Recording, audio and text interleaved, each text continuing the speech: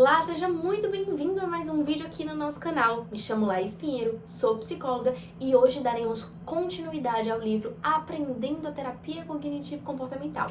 Estamos no capítulo 5, então, se você ainda não viu os vídeos anteriores, te convido a navegar aqui no meu canal e analisar o capítulo 1, 2, 3 e 4. E hoje estamos dando continuidade a esse livro que tem muito conteúdo maravilhoso para nós que somos da área da terapia cognitivo-comportamental.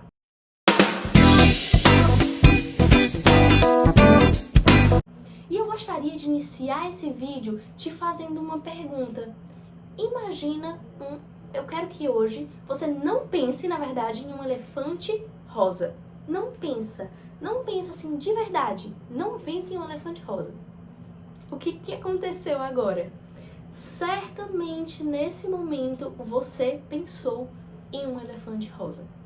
Porque muitas vezes quando a gente tenta não pensar sobre algo, é natural que aquilo venha na nossa mente. E por vezes a gente pode estar fazendo uma coisa completamente nada a ver com um elefante rosa e vem um elefante rosa na nossa mente, ou qualquer que seja o conteúdo. Porque simplesmente os pensamentos eles podem surgir na nossa mente. Nós, enquanto seres humanos, temos a capacidade inata de pensarmos em uma velocidade muito alta. E aí, olhando um pouquinho para isso, a gente chama esses nossos pensamentos que vêm, que surgem, que simplesmente surgem, de pensamentos automáticos. A gente não precisa de muito esforço para, de repente, vir algum pensamento ali na nossa mente. E quando a gente fala sobre o modelo da terapia cognitivo-comportamental, nós conseguimos compreender que, a partir para cada situação, nós vamos ter uma interpretação daquela situação, ou seja, vários pensamentos podem invadir a nossa mente. Também teremos emoções e comportamentos. Então, o modelo da TCC é situação, pensamento, emoção e comportamento. E para nós trabalharmos realmente os nossos pensamentos, é muito importante que nós estejamos atentos ao conceito de pensamento automático, que é o que a gente vai trabalhar muito na terapia com o nosso paciente. Na terapia cognitivo-comportamental, nós compreendemos que erros no processamento cognitivo das informações, ou seja, pensamentos automáticos disfuncionais, podem influenciar muito no nosso humor, na nossa qualidade de vida, em todos os nossos sentimentos e emoções. Então, a primeiro momento na terapia, nós vamos ensinar para os pacientes o que é um pensamento automático, como que ele pode aparecer na nossa vida, de que forma ele pode influenciar nos nossos dias. Nós também vamos identificar e mostrar para eles o que são pensamentos automáticos normais, naturais, e quais são os pensamentos disfuncionais, ou seja, o que são distorções cognitivas. E a partir desse momento, a gente vai ensiná-los a identificar tudo isso e depois nós vamos ensiná-los a modificar esses comportamentos, esses pensamentos, tá certo? Um dos aspectos para você ajudar o seu paciente a trabalhar com pensamentos automáticos é identificar realmente a mudança de humor que tem por trás dos pensamentos.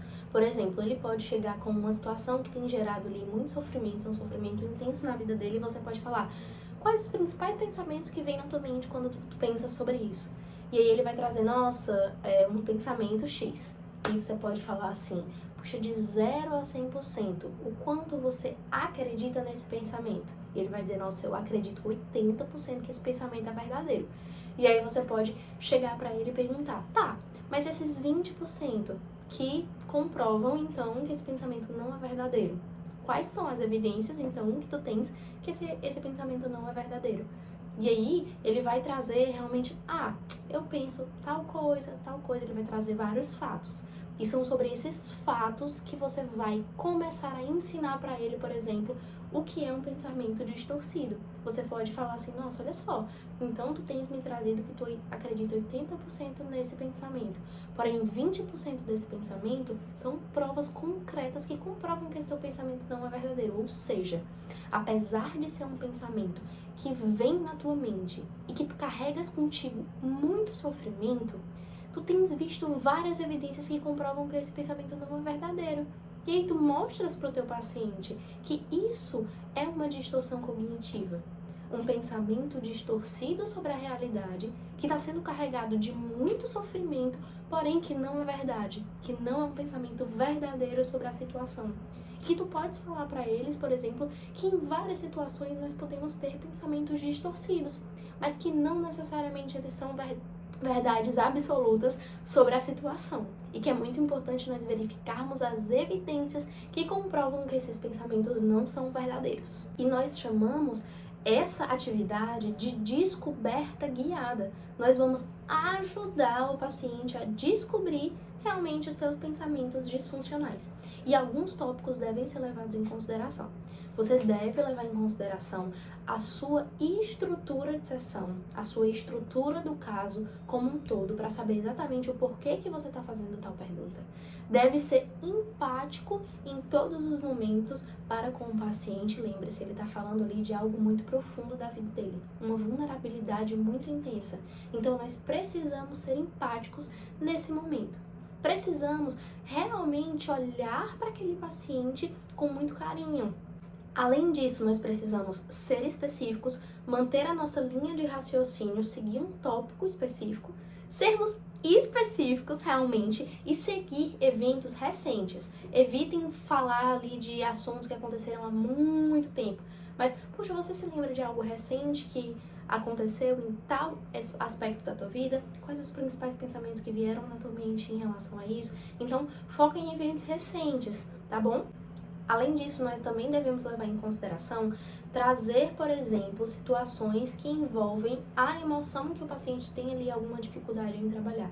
Se você percebe, por exemplo, que a raiva, a tristeza, o medo, a ansiedade são situações, de certa forma, que o paciente quer trabalhar, a gente vai estimular perguntas nesse sentido sobre os pensamentos dele, sobre essas emoções, para ir sensibilizando também em relação a isso, elaborando novas estratégias de enfrentamento para aquele paciente, para lidar com aquelas emoções. Então, tudo está em conjunto, tá?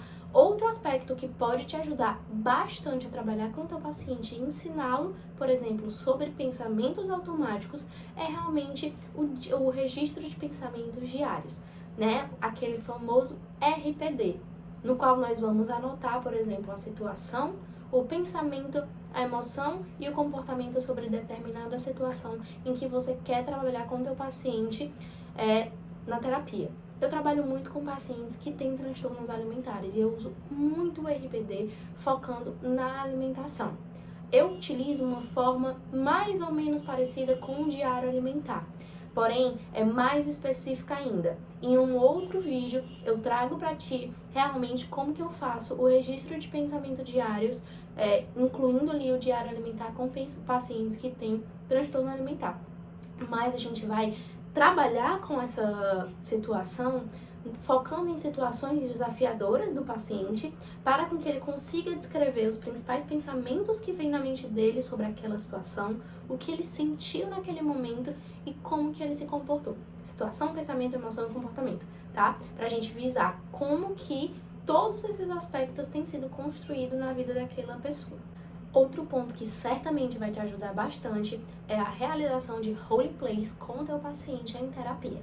No momento em que a gente fala de roleplay, a gente normalmente leva em consideração a realmente dramatização, no qual a gente vai se tornar ali um papel importante para aquela pessoa. Por exemplo, imagina que teu paciente ele tem dificuldade para expressar, de verbalizar suas emoções e que ele está passando por um conflito, por exemplo, no trabalho dele com o chefe dele, e então ele tem dificuldade de expressar os seus limites, por exemplo, para o chefe. Você pode fazer uma encenação, mais conhecida assim, uma encenação de, puxa, tá, imagina agora que eu sou o seu chefe. O que você gostaria de dizer para ele? Quais os pensamentos que vêm na tua mente, por exemplo, no momento em que você tá ali com o chefe? Porque no momento em que você faz essa encenação e o paciente ele realmente se conecta naquele momento como se você verdadeiramente fosse o chefe, pensamentos em que apareceriam, por exemplo, no momento em que ele estivesse tendo conversa com o chefe, certamente aparecerão também na sessão. E você conseguirá conduzir a sessão da melhor forma possível e trabalhar especificamente sobre aqueles pensamentos automáticos quentes no teu paciente naquele momento. E aí, gente, um ponto extremamente importante é que uma pergunta na terapia, ela nunca é só uma pergunta. ela precisa ter um objetivo. E um dos objetivos do questionamento socrático é realmente promover mudança de pensamento automático disfuncional. Então, para isso, a gente precisa realmente fazer uma pergunta que tenha um objetivo, avaliar se essa mudança, se essa nossa pergunta, se essa nosso questionamento socrático tem realmente resolvido o problema daquele paciente no sentido de trazer mudanças de sentimento, de pensamento, de novas percepções do paciente. Como sempre, nós precisamos ser empáticos nesse momento, porque o questionamento socrático ele pode sim facilitar o processo de aproximação na aliança terapêutica. Então a gente precisa focar em todos esses pontos. Além disso, o exame de evidências, como eu falei para vocês anteriormente, quando a gente pergunta quais as evidências que comprovam esse pensamento, tem um poder assim gigantesco no processo de mudança do pensamento automático do paciente. Então, sempre que você julgar necessário, sempre que você analisar que realmente fazer perguntas que avaliem as evidências for necessário para o paciente, utilize-a. Use essa estratégia que certamente vai te ajudar bastante. Vai ajudar o teu paciente nesse processo de modificação dos pensamentos automáticos. E aí, entramos em um ponto que traz muita dúvida quando a gente fala sobre pensamento automático disfuncional. Por vezes a gente já escuta algumas pessoas falando: basta pensar positivo, traga um pensamento positivo para essa situação, olhe positivamente para essa situação. Só que, gente, olhar para o positivo não funciona, porque nós estamos colocando um julgamento ali de bom ou ruim, positivo, negativo, e isso não funciona. Nós precisamos olhar para o real, para o concreto. Trazer, por exemplo, se eu tenho um pensamento catastrófico sobre aquela situação, se eu tenho um pensamento disfuncional sobre aquela situação, que está completamente comprometido de erros cognitivos, não adianta só eu colocar um positivo, porque o paciente ele vai dizer: tá, mas eu não acredito, eu estou pensando positivo, mas eu não estou acreditando nisso. Eu estou pensando só para substituir aqui.